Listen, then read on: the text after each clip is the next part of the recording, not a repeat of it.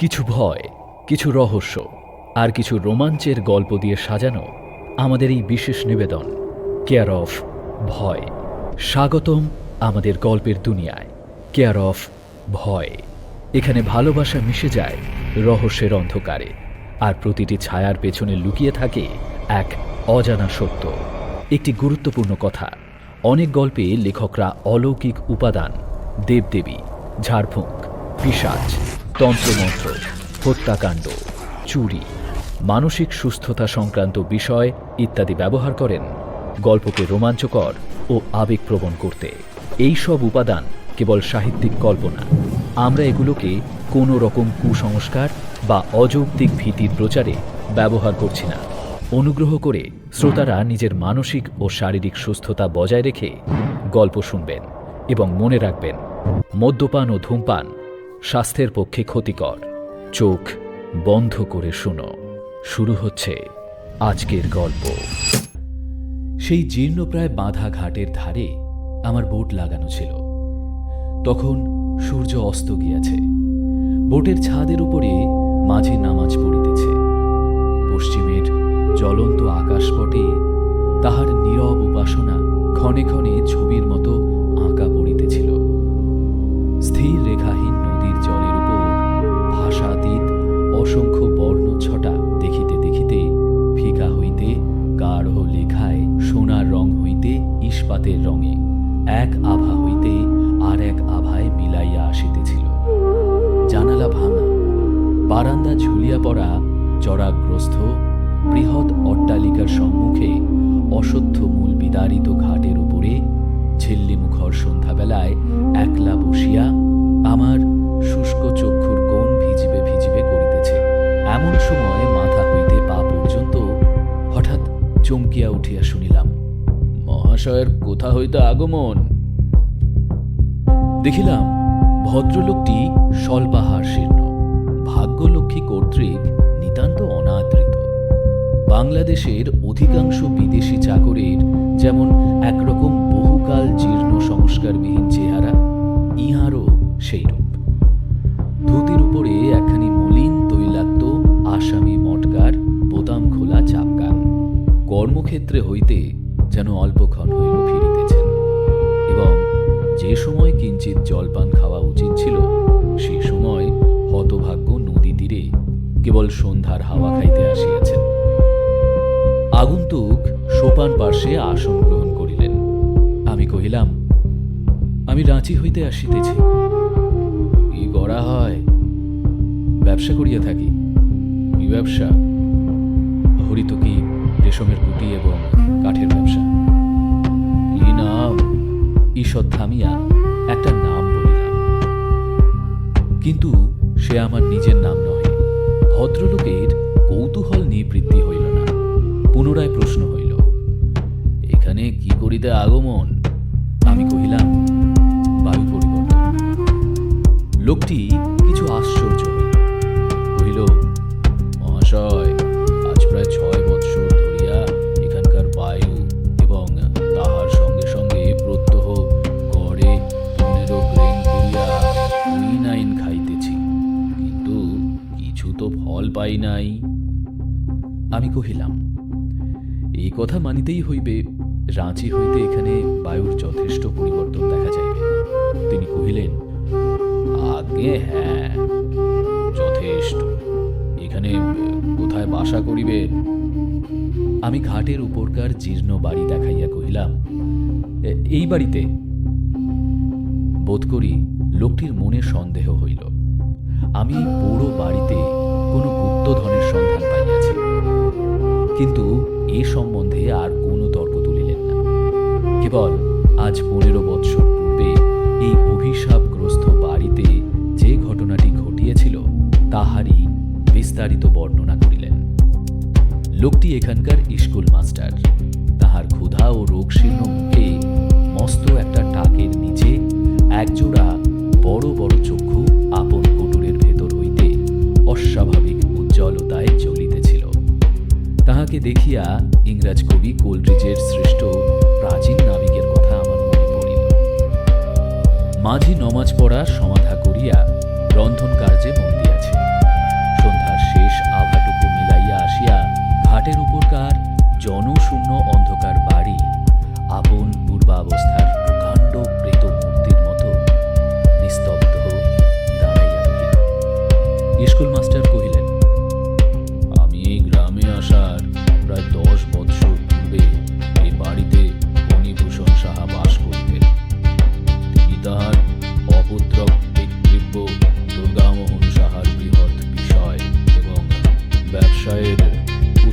অধিকারী হইয়াছিলেন,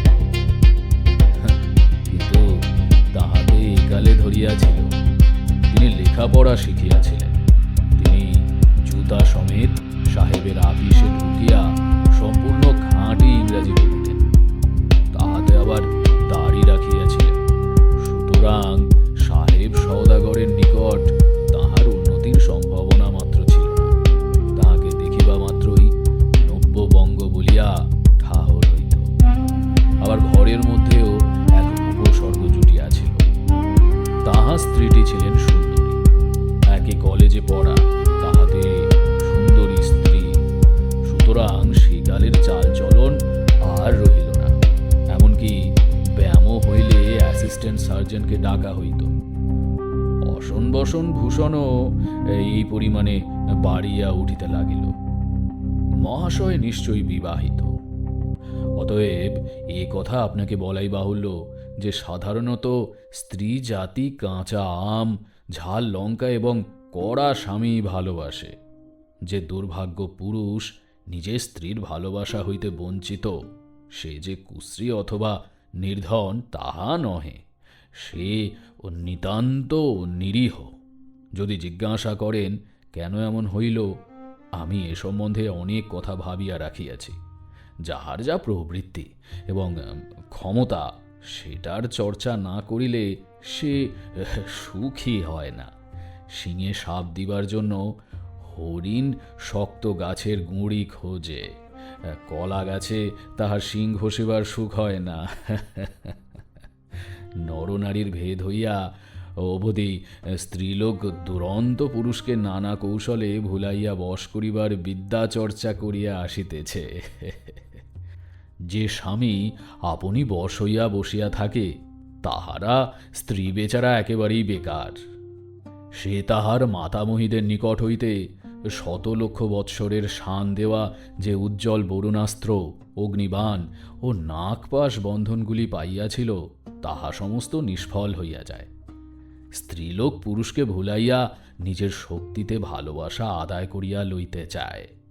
স্বামী যদি ভালো মানুষ হইয়া সে অবসরটুকু না দেয়, তবে স্বামীর অদৃষ্ট মন্দ এবং স্ত্রীরও ততোধিক। নব্য সভ্যতার শিক্ষামন্ত্রী পুরুষ আপন স্বভাবসিদ্ধ বিধাতা দত্ত সুমহৎ বর্বরতা হারাইয়া আধুনিক দাম্পত্য সম্বন্ধটাকে এমন শিথিল করিয়া ফেলিয়াছে। অভাগা ফণিভূষণ আধুনিক সভ্যতার কল হইতে অত্যন্ত ভালো মানুষটি হইয়া বাহির হইয়া আসিয়াছিল।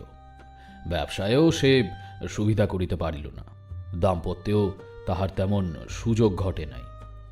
ফণিভূষণের স্ত্রী মণিমালিকা বিনা চেষ্টায় আদর, বিনা অশ্রুবর্ষণে ঢাকাই শাড়ি এবং বিনা দুর্জয় মানে বাজুবন্ধ লাভ করিত। এইরূপে তাহার নারী প্রকৃতি এবং সেই সঙ্গে তাহার ভালোবাসা নিশ্চেষ্ট হইয়া গিয়াছিল। সে কেবল গ্রহণ করিত, কিছু দিত না। তাহার নিরীহ এবং নির্বোধ স্বামীটি মনে করিত দানই বুঝি প্রতিদান পাইবার উপহার। একেবারে উল্টা বুঝিয়াছিল আর কি। ইহার ফল হইল এই যে স্বামীকে সে আপন ঢাকাই শাড়ি এবং বাজুবন্ধ যোগাইবার যন্ত্রস্বরূপ জ্ঞান করিত।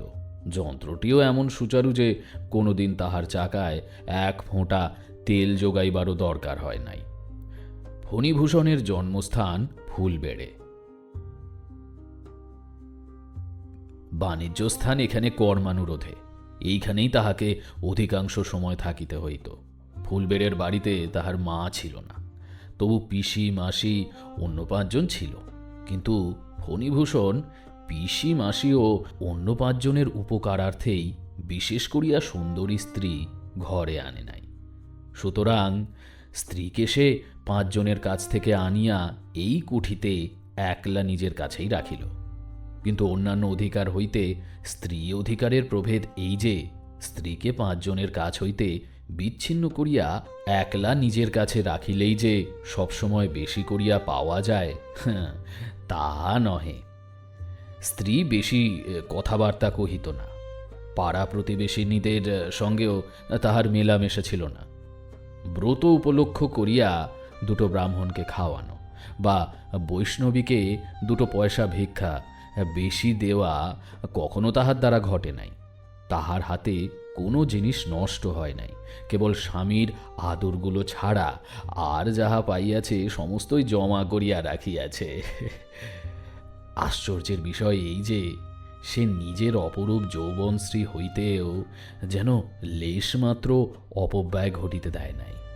24 বৎসর বয়সের সময়ও তাহাকে 14 বৎসরের মতো কাঁচা দেখিতেছিল। যাহাদের হৃৎপিণ্ড বরফের পিণ্ড, যাহাদের বুকের মধ্যে ভালোবাসার জ্বালা যন্ত্রণা স্থান পায় না, তাহারা বোধ করি সুদীর্ঘকাল তাজা থাকে। তাহারা কৃপণের মতো অন্তরে বাহিরে আপনাকে জমাইয়া রাখিতে পারে। ঘন পল্লবিত অতি সতেজ লতার মতো বিধাতা মণিমালিকাকে নিষ্ফলা করিয়া রাখিলেন, তাহাকে সন্তান হইতে বঞ্চিত করিলেন। অর্থাৎ তাহাকে এমন একটা কিছু দিলেন না যাহাকে সে আপন লোহার সিন্দুকের মণিমাণিক্য অপেক্ষা বেশি করিয়া বুঝিতে পারে, যাহা বসন্ত প্রভাতের নব সূর্যের মতো আপন কোমল উত্তাপে তাহার হৃদয়ের বরফ পিণ্ডটা গলাইয়া সংসারের উপর একটা স্নেহ নির্ঝর বহাইয়া দেয়। কিন্তু মণিমালিকা কাজকর্মে মজবুত ছিল, কখনোই সে লোকজন বেশি রাখে নাই। যে কাজ তাহার দ্বারা সাধ্য সে কাজে কেহ বেতন লইয়া যাইবে, ইহা সে সহিতে পারিত না। সে কাহারও জন্য চিন্তা করিত না, কাহাকেও ভালোবাসিত না, কেবল কাজ করিত এবং জমা করিত। এই জন্য তাহার রোগ শোক তাপ কিছুই ছিল না। অপরিমিত স্বাস্থ্য, অবিচলিত শান্তি এবং সঞ্চীয়মান সম্পদের মধ্যে সে সবলে বিরাজ করিত। অধিকাংশ স্বামীর পক্ষে ইহাই যথেষ্ট। যথেষ্ট কেন, ইহা দুর্লভ। অঙ্গের মধ্যে কটিদেশ বলিয়া একটা ব্যাপার আছে, তাহা কোমরে ব্যথা না হইলে মনে পড়ে না। গৃহের আশ্রয় স্বরূপ স্ত্রী যে একজন আছে, ভালোবাসার তাড়নায় তাহা পদে পদে এবং তাহা 24 ঘন্টা অনুভব করার নাম ঘরকন্যা কোমরে ব্যথা। নিরতিশয় পতিব্রত্যটা স্ত্রীর পক্ষে গৌরবের বিষয়, কিন্তু পতির পক্ষে আরামের নয়। আমার তো এইরূপ মত। মহাশয়, স্ত্রীর ভালোবাসা ঠিক কতটা পাইলাম, ঠিক কতটুকু কম পড়িল, অতি সূক্ষ্ম নিক্তি ধরিয়া তাহা অহরহ তৌল করিতে বসা কি পুরুষ মানুষের কর্ম? স্ত্রী আপনার কাজ করে, আমি আপনার কাজ করি। ঘরের মোটা হিসাবটা তো এই, অব্যক্তের মধ্যে কতটা ব্যক্ত, ভাবের মধ্যে কতটুকু অভাব, সুস্পষ্টের মধ্যেও কি পরিমাণ ইঙ্গিত, অনুপরমাণুর মধ্যে কতটা বিপুলতা। ভালোবাসাবাসীর তত সুসূক্ষ্ম বোধ শক্তি বিধাতা পুরুষ মানুষকে দেন নাই, দিবার প্রয়োজন হয় না। পুরুষ মানুষের পরিমাণ অনুরাগ বিরাগের লক্ষণ হইয়া মেয়েরা বটে ওজন করিতে বসে। কথার মধ্য হইতে আসল ভঙ্গিটুকু এবং ভঙ্গির মধ্য হইতে আসল কথাটুকু চিরিয়া চিরিয়া চুনিয়া চুনিয়া বাহির করিতে থাকে। কারণ পুরুষের ভালোবাসাই মেয়েদের বল, তাহাদের জীবন ব্যবসায়ের মূলধন। ইহারই হাওয়ার গতি লক্ষ্য করিয়া ঠিক সময়ে ঠিক মতো পাল ঘুরাইতে পারিলে তবেই তাহাদের তরণী তরিয়া যায়। এজন্যই বিধাতা ভালোবাসামান যন্ত্রটি মেয়েদের হৃদয়ের মধ্যে ঝুলাইয়া দিয়াছে, পুরুষদের দেন নাই। কিন্তু বিধাতা যাহা দেন নাই, সম্প্রতি পুরুষরা সেটি সংগ্রহ করিয়া লইয়াছেন। কবিরা বিধাতার উপর টেক্কা দিয়া এই দুর্লভ যন্ত্রটি, এই দিক দর্শন যন্ত্র শলাকাটি নির্বিচারে বিধাতার দোষ দিন। তিনি মেয়ে পুরুষকে যথেষ্ট ভিন্ন করিয়াই সৃষ্টি করিয়াছিলেন, কিন্তু সভ্যতায় সে ভেদ আর থাকে না। এখন মেয়েও পুরুষ হইতেছে, পুরুষও মেয়ে হইতেছে। সুতরাং ঘরের মধ্য হইতে শান্তি ও শৃঙ্খলা বিদায় লইল। এখন শুভ বিবাহের পূর্বে পুরুষকে বিবাহ করিতেছি না মেয়েকে বিবাহ করিতেছি, তাহা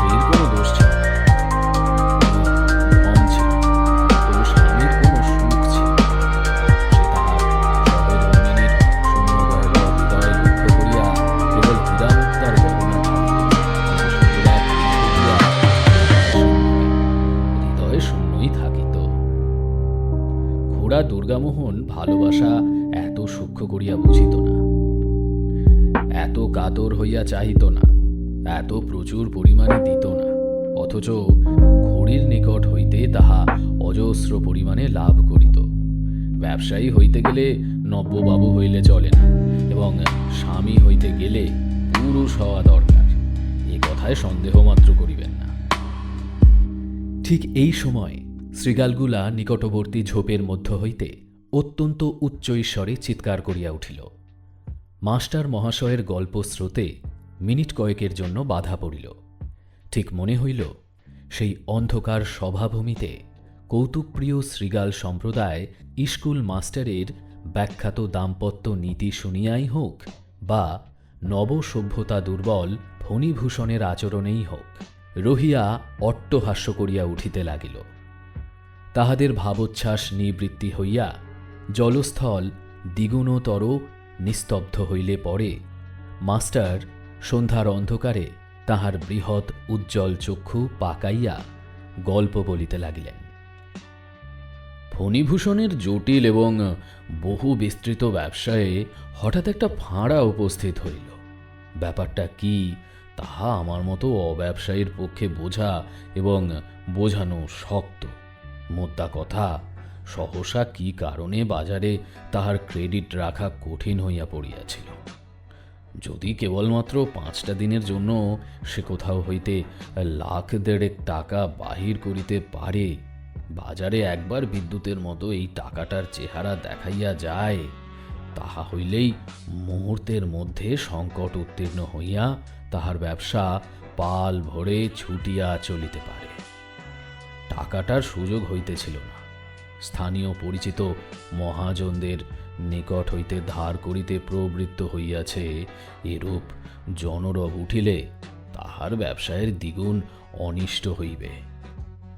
আশঙ্কায় তাহাকে অপরিচিত স্থানে ঋণের চেষ্টা দেখিতে হইতেছিল। সেখানে উপযুক্ত বন্ধক না রাখিলে চলে না। গহনা বন্ধক রাখিলে লেখাপড়া এবং বিলম্বের কারণ থাকে না, চটপট এবং সহজেই কাজ হইয়া যায়। ফণীভূষণ একবার স্ত্রীর কাছে গেল।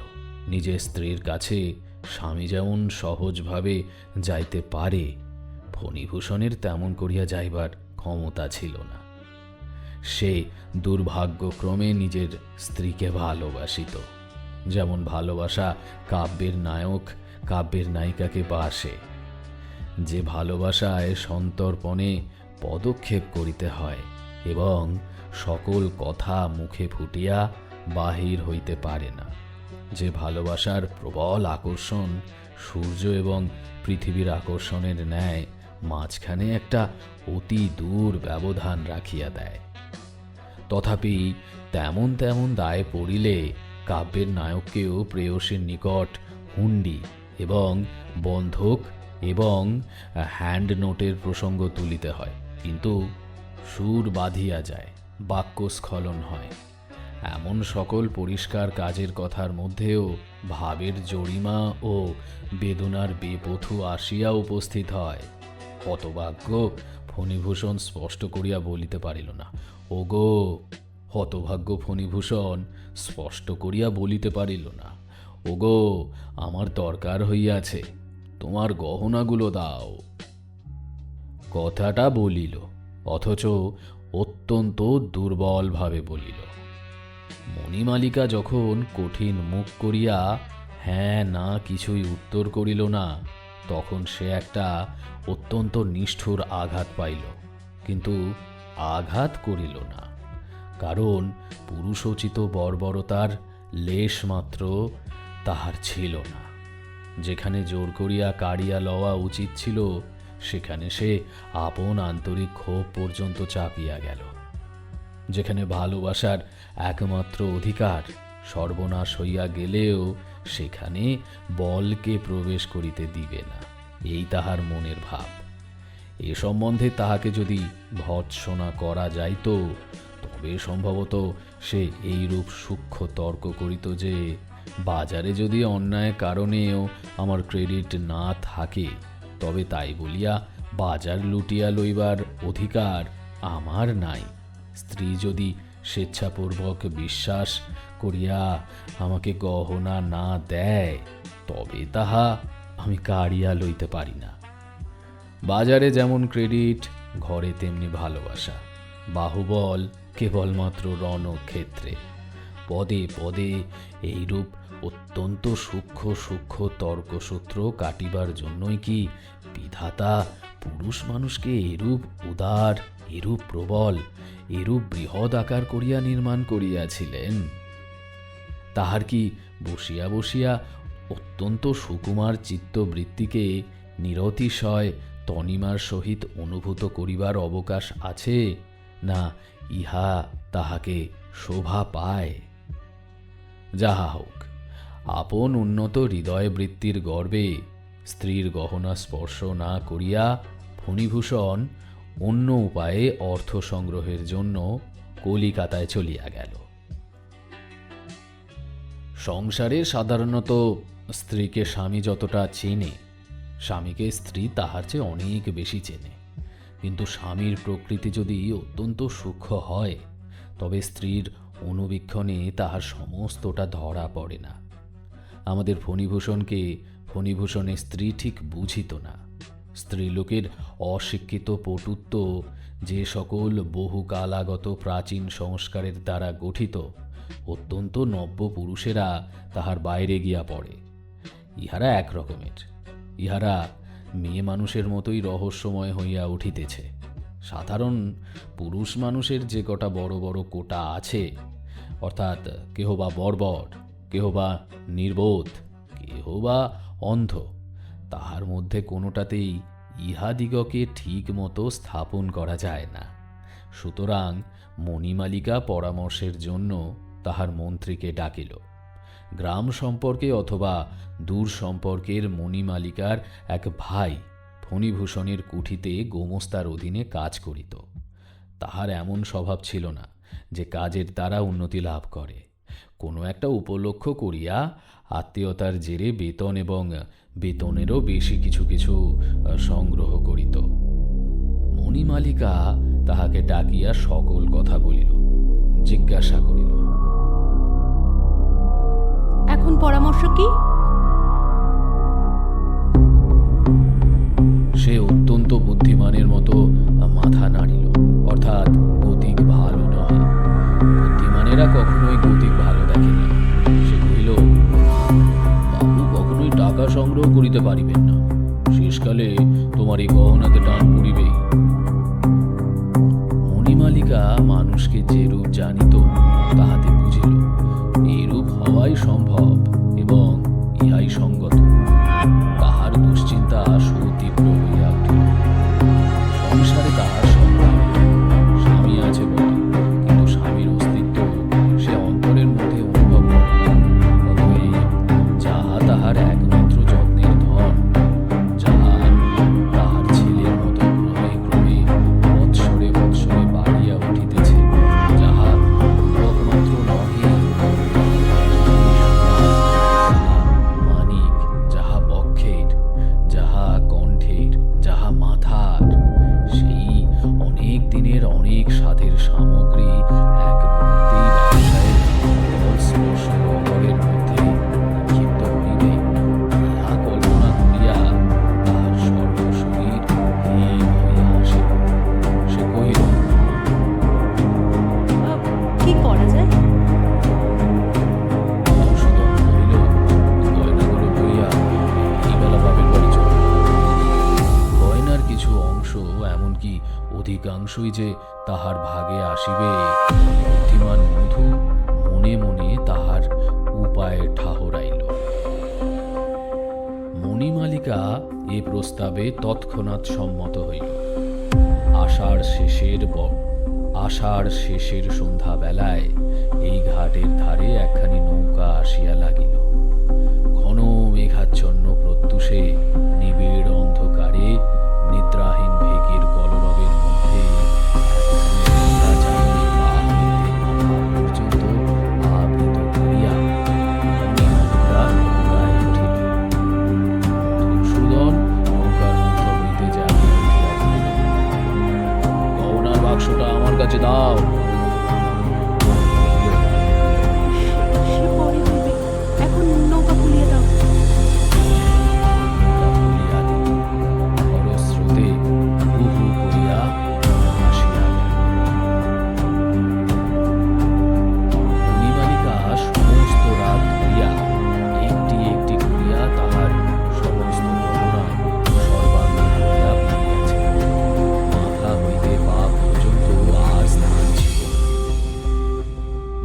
করিয়া গহনা লইলে সে বাক্স হাতছাড়া হইয়া যাইতে পারে, এই আশঙ্কা তাহার ছিল। কিন্তু গায়ে পড়িয়া গেলে তাহাকে না বধ করিয়া সে গহনা কেহ লইতে পারিবে না। সঙ্গে কোনো প্রকার বাক্স না দেখিয়া মধুসূদন কিছু বুঝিতে পারিল না। মোটা চাদরের নিচে যে মণিমালিকার দেহপ্রাণের সঙ্গে সঙ্গে দেহপ্রাণের অধিক গহনাগুলি আচ্ছন্ন ছিল, তাহা সে অনুমান করিতে পারে নাই। মণিমালিকা ফণিভূষণকে বুঝিত না বটে, কিন্তু মধুসূদনকে চিনিতে তাহার বাকি ছিল না। মধুসূদন গোমস্তার কাছে একখানা চিঠি রাখিয়া গেল, যে সে কর্ত্রীকে পিত্রালয়ে পৌঁছাইয়া দিতে রওনা হইল। গোমস্তা ফণিভূষণের বাপের আমলের। সে অত্যন্ত বিরক্ত হইয়া হ্রস্ব ইকারকে দীর্ঘ ইকার এবং দন্তস্বকে তালবস্য করিয়া মনিবকে এক পত্র লিখিল। ভালো বাংলা লিখিল না, কিন্তু স্ত্রীকে অযথা প্রশ্রয় দেওয়া যে পুরুষোচিত নহে, এ কথাটা ঠিক মতোই প্রকাশ করিল। ফণিভূষণ মণিমালিকার মনের কথাটা ঠিক বুঝিল। তাহার মনে এই আঘাতটা প্রবল হইল যে, আমি গুরুতর ক্ষতি সম্ভাবনা সত্ত্বেও স্ত্রীর অলঙ্কার পরিত্যাগ করিয়া প্রাণপণ চেষ্টায় অর্থ সংগ্রহে প্রবৃত্ত হইয়াছি, তবু আমাকে সন্দেহ, আমাকে আজিও চিনিল না। নিজের প্রতি যে নিদারুণ অন্যায় ক্রুদ্ধ হওয়া উচিত ছিল, ফণিভূষণ তাহাতে ক্ষুব্ধ হইল মাত্র। পুরুষ মানুষ বিধাতার ন্যায়দণ্ড, তাহার মধ্যে তিনি বজ্রাগ্নি নিহিত করিয়া রাখিয়াছেন। নিজের প্রতি অথবা অপরের প্রতি অন্যায়ের সংঘর্ষে সে যদি দপ করিয়া জ্বলিয়া উঠিতে না পারে, তবে ধিক তাহাকে। পুরুষ মানুষ দাবাগ্নির মতো রাগিয়া উঠিবে সামান্য কারণে, আর স্ত্রীলোক শ্রাবণ মেঘের মতো অশ্রুপাত করিতে থাকিবে বিনা উপলক্ষে। বিধাতা এইরূপ বন্দোবস্ত করিয়াছিলেন, কিন্তু সে আর টেঁকে না। ফণিভূষণ অপরাধিনী স্ত্রীকে লক্ষ্য করিয়া মনে মনে কহিল, এই যদি তোমার বিচার হয়, তবে এইরূপই হোক, আমার কর্তব্য আমি করিয়া যাইব। আরও শতাব্দী ৫-৬ পরে যখন কেবল আধ্যাত্ম শক্তিতে জগৎ চলিবে, তখন যাহার জন্মগ্রহণ করা উচিত ছিল, সেই ভাবী যুগের ফণিভূষণ ১৯ শতাব্দীতে অবতর্ণ হইয়া সেই আদি যুগের স্ত্রীলোককে বিবাহ করিয়া বসিয়াছে। শাস্ত্রে যাহার বুদ্ধিকে প্রলয়ঙ্করী বলিয়া থাকে, শাস্ত্রে যাহার বুদ্ধিকে প্রলয়ঙ্করী বলিয়া থাকে। ফণিভূষণ স্ত্রীকে এক অক্ষরে পত্র লিখিল না, এবং মনে মনে প্রতিজ্ঞা করিল, এ সম্বন্ধে স্ত্রীর কাছে কখনো সে কোনো কথার উল্লেখ করিবে না। কি ভীষণ দণ্ডবিধি! দিন দশেক পরে কোনো মতে যথোপযুক্ত টাকা সংগ্রহ করিয়া বিপদ উত্তীর্ণ ফণিভূষণ বাড়ি আসিয়া উপস্থিত হইল। সে জানিত বাপের বাড়িতে গহনাপত্র রাখিয়া এতদিনে মণিমালিকা ঘরে ফিরিয়া আসিয়াছে। সেদিনকার দীনপ্রার্থী ভাব ত্যাগ করিয়া কৃতকার্য কৃতি পুরুষ স্ত্রীর কাছে দেখা দিলে মণি যে কিরূপ লজ্জিত এবং অনাবশ্যক প্রয়াসের জন্য কিঞ্চিত অনুতপ্ত হইবে, ইহাই কল্পনা করিতে করিতে ফণিভূষণ অন্তঃপুরে শয়নাগারের দ্বারের কাছে আসিয়া উপনীত হইল। দেখিল দ্বার রুদ্ধ। তালা ভাঙিয়া ঘরে ঢুকিয়া দেখিল ঘর শূন্য। কোণে লোহার সিন্দুক খোলা পড়িয়া আছে, তাহাতে গহনাপত্রের চিহ্ন মাত্র নাই। স্বামীর বুকের মধ্যে ধক করিয়া একটা ঘা লাগিল। মনে হইল সংসার উদ্দেশ্যহীন এবং ভালোবাসা ও বাণিজ্য ব্যবসা সমস্তই ব্যর্থ।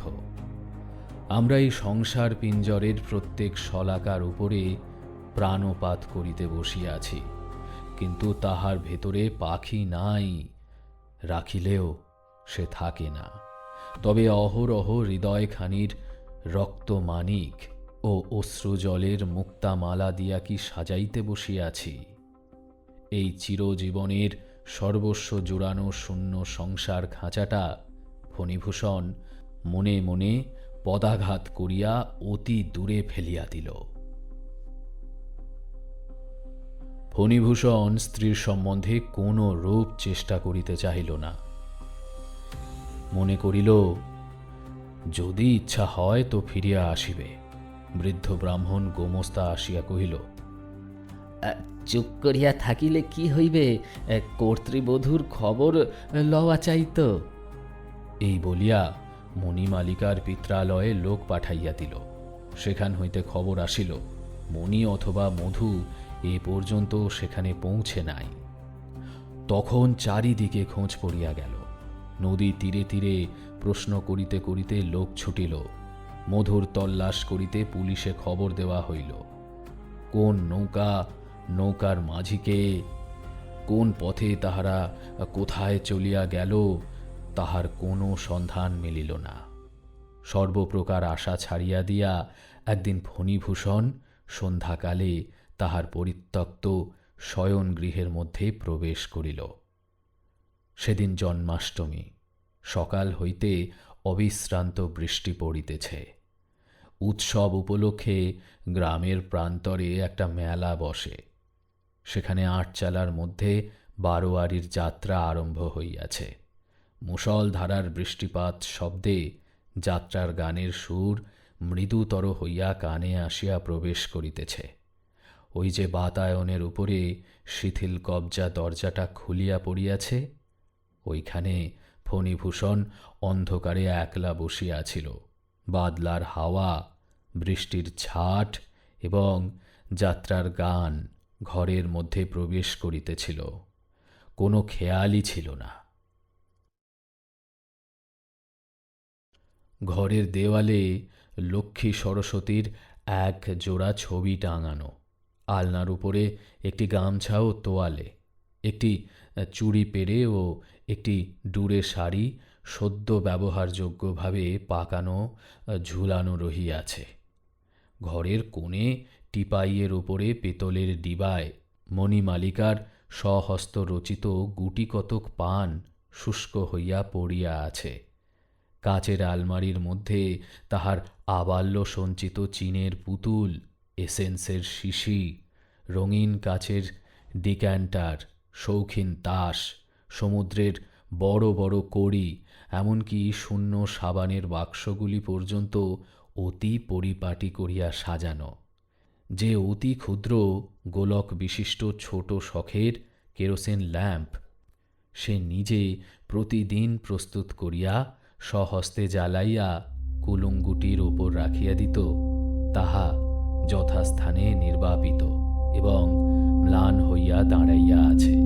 কেবল সেই ক্ষুদ্র ল্যাম্পটি এই শয়নকক্ষে মণিমালিকার শেষ মুহূর্তের নিরুত্তর সাক্ষী।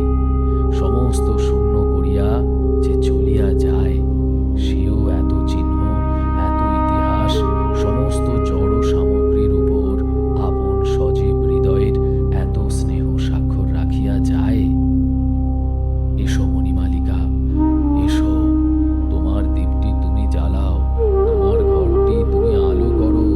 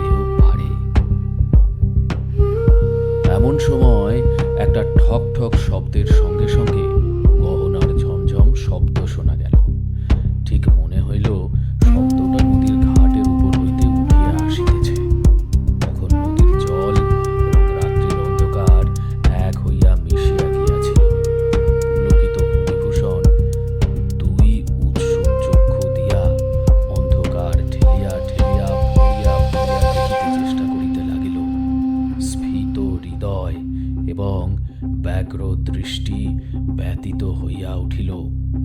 কিছুই দেখা গেল না। দেখিবার চেষ্টা যতই একান্ত বাড়িয়া উঠিল, অন্ধকার ততই যেন ঘনীভূত, জগৎ ততই যেন ছায়াবৎ হইয়া আসিল। প্রকৃতি নিশীথ রাত্রে আপন মৃত্যু নিকেতনের গবাক্ষ দ্বারে অকস্মাৎ অতিথি সমাগম দেখিয়া দ্রুত হস্তে আরো একটা বেশি করিয়া পর্দা ফেলিয়া দিল। শব্দটা ক্রমে ঘাটের সর্বোচ্চ সোপানতল ছাড়িয়া বাড়ির দিকে অগ্রসর হইতে লাগিল। বাড়ির সম্মুখে আসিয়া থামিল। দেউড়ি বন্ধ করিয়া দারোয়ান যাত্রা শুনিতে গিয়েছিল। তখন সেই রুদ্ধ দ্বারের উপর ঠক ঠক ঝমঝম করিয়া ঘা পড়িতে লাগিল, যেন অলংকারের সঙ্গে সঙ্গে একটা শক্ত জিনিস দ্বারের উপর আসিয়া পড়িতেছে। মণিভূষণ আর থাকিতে পারিল না। নির্বাণ দ্বীপ কক্ষগুলি পার হইয়া অন্ধকার সিঁড়ি দিয়া নামিয়া রুদ্ধ দ্বারের নিকট আসিয়া উপস্থিত হইল। দ্বার বাহির হইতে তালাবন্ধ ছিল। মণিভূষণ প্রাণপণে দুই হাতে সেই দ্বার নাড়া দিতেই সেই সংঘাতে এবং তাহার শব্দে চমকিয়া জাগিয়া উঠিল।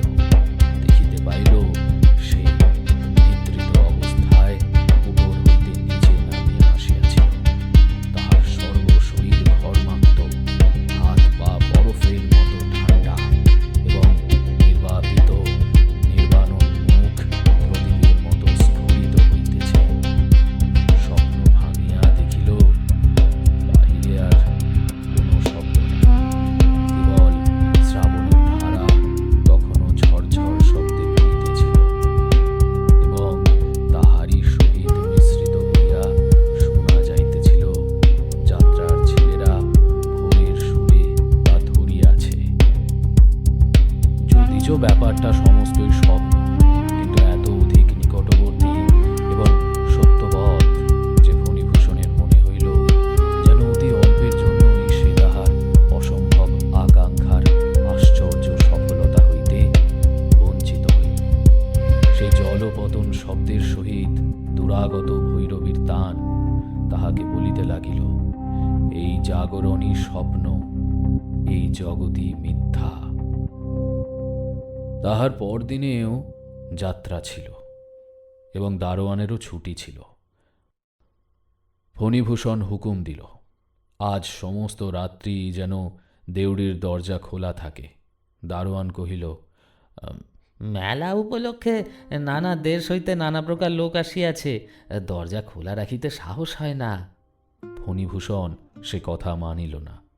দারোয়ান কহিল, তবে আমি সমস্ত রাত্রি হাজির থাকিয়া পাহারা দিব। ফণিভূষণ কহিল, সে হইবে না, তোমাকে যাত্রা শুনিতে যাইতেই হইবে। দারোয়ান আশ্চর্য হইয়া গেল। পরদিন সন্ধ্যাবেলায় দীপ নিভাইয়া দিয়া ফণিভূষণ তাহার শয়ন কক্ষের সেই বাতায়নে আসিয়া বসিল। আকাশে অবৃষ্টি সংরম্ভ মেঘ এবং চতুর্দিকে কোনো একটি অনির্দিষ্ট আসন্ন প্রতীক্ষার নিস্তব্ধতা। ভেকের অশ্রান্ত কলরব এবং যাত্রার গানের চিৎকার ধ্বনি সেই স্তব্ধতা ভাঙিতে পারে নাই। কেবল তাহার মধ্যে একটা অসঙ্গত অদ্ভুত রস বিস্তার করিতেছিল। অনেক রাত্রে একসময় ভেক এবং ঝিল্লি এবং যাত্রার দলের ছেলেরা চুপ করিয়া গেল এবং রাত্রের অন্ধকারের উপরে আরও একটা কিসের অন্ধকার আসিয়া পড়িল। বোঝা গেল এইবার সময় আসিয়াছে। পূর্বদিনের মতো নদীর ঘাটে একটা ঠক ঠক এবং ঝমঝম শব্দ উঠিল, কিন্তু ফণিভূষণ সেদিকে চোখ ফিরাইল না। তাহার ভয় হইল পাছে অধীর ইচ্ছা এবং অশান্ত চেষ্টায় তাহার সকল ইচ্ছা সকল চেষ্টা ব্যর্থ হইয়া যায়, পাছে আগ্রহের বেগ তাহার ইন্দ্রিয় শক্তিকে পরাভূত করিয়া ফেলে। সে আপনার সকল চেষ্টা নিজের মনকে দমন করিবার জন্য প্রয়োগ করিল। কাঠের মূর্তির মতো শক্ত হইয়া স্থির হইয়া বসিয়া রহিল। সিঞ্জিত শব্দ আজ ঘাট হইতে ক্রমে ক্রমে অগ্রসর হইয়া মুক্ত দ্বারের মধ্যে প্রবেশ করিল। শোনা গেল অন্দরমহলের গোল সিঁড়ি দিয়া ঘুরিতে ঘুরিতে শব্দ উপরে উঠিতেছে। ফণিভূষণ আপনাকে আর দমন করিতে পারে না। তাহার বক্ষ তুফানের ডিঙির মতো আছাড় খাইতে লাগিল এবং নিঃশ্বাস রোধ হইবার উপক্রম হইল। গোল সিঁড়ি শেষ করিয়া সেই শব্দ বারান্দা দিয়া ক্রমে ঘরের নিকটবর্তী হইতে লাগিল। অবশেষে ঠিক সেই শয়নকক্ষের দ্বারের কাছে আসিয়া খটখট এবং ঝমঝম থামিয়া গেল। কেবল চৌকাঠটি পার হইলেই হয়। ফণিভূষণ আর থাকিতে পারিল না। তাহার রুদ্ধ আবেগ এক মুহূর্তে প্রবল বেগে উচ্ছ্বসিত হইয়া উঠিল। সে বিদ্যুৎ বেগে চৌকি হইতে উঠিয়া কাঁদিয়া চিৎকার করিয়া উঠিল, মণি! অমনি সচকিত হইয়া জাগিয়া দেখিল তাহারই সেই ব্যাকুল কণ্ঠের চিৎকারে ঘরের শাসিগুলা পর্যন্ত ধ্বনিত স্পন্দিত হইতেছে। বাহিরে সেই ভেকের কলরব এবং যাত্রার ছেলেদের ক্লিষ্ট কণ্ঠের গান।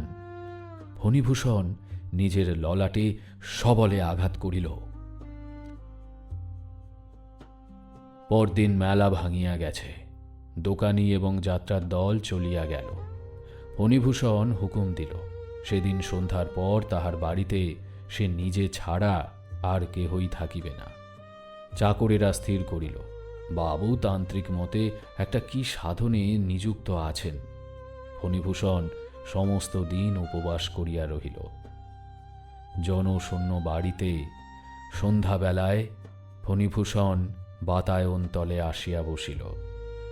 সেদিন আকাশের স্থানে স্থানে মেঘ ছিল না এবং ধৌত নির্মল বাতাসের মধ্য দিয়া নক্ষত্রগুলিকে অত্যুজ্জ্বল দেখাইতেছিল। কৃষ্ণপক্ষ দশমীর চাঁদ উঠিতে অনেক বিলম্ব আছে। মেলা উত্তীর্ণ হইয়া যাওয়াতে পরিপূর্ণ নদীতে নৌকা মাত্রই ছিল না এবং উৎসব জাগরণ ক্লান্ত গ্রাম 2 রাত্রি জাগরণের পর আজ গভীর নিদ্রায় নিমগ্ন।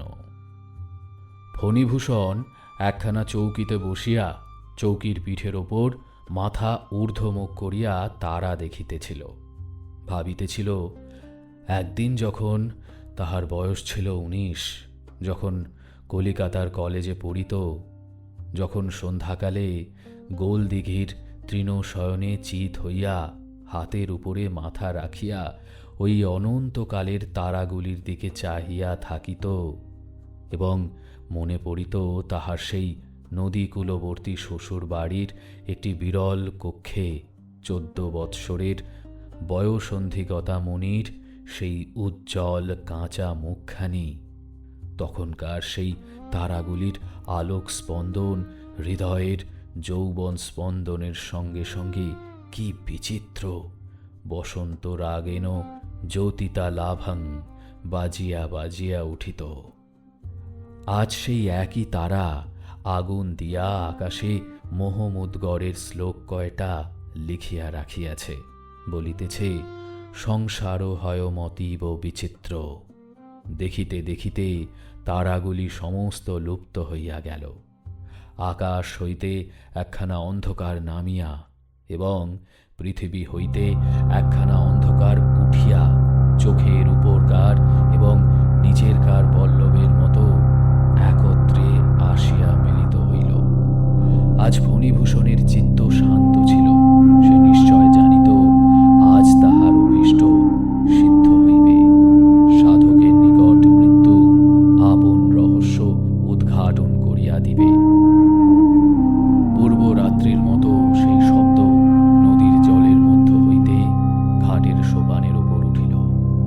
ফণিভূষণ 2 চক্ষু নিমীলিত করিয়া স্থির দৃঢ় চিত্তে ধ্যানাসনে বসিল। শব্দ তারই শূন্য দেউরের মধ্যে প্রবেশ করিল। শব্দ জনশূন্য অন্তঃপুরের গোল সিঁড়ির মধ্য দিয়া ঘুরিয়া ঘুরিয়া উঠিতে লাগিল। শব্দ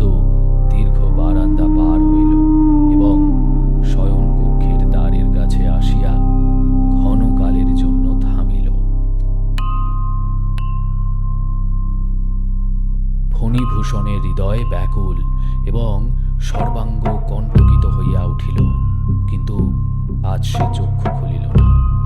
শব্দ চৌকাঠ পার হইয়া অন্ধকার ঘরের মধ্যে প্রবেশ করিল।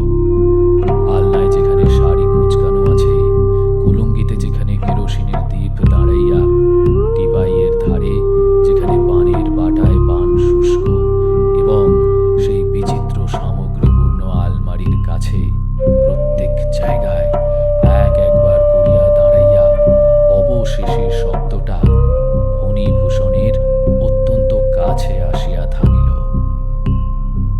তখন ফণিভূষণ চোখ মেলিল এবং দেখিল ঘরে নবোদিত দশমীর চন্দ্রালোক আসিয়া প্রবেশ করিয়াছে এবং তাহার চৌকির ঠিক সম্মুখে একটি কঙ্কাল দাঁড়াইয়া। সেই কঙ্কালের 8 আঙুলে আংটি, করতলে রতন চক্র, প্রকোষ্ঠে বালা, বাহুতে বাজুবন্ধ, গলায় কণ্ঠি, মাথায় সিঁথি, তাহার আপাদ মস্তকে অস্থিতে অস্থিতে এক একটি আভরণ সোনায় হীরায় ঝকঝক করিতেছে।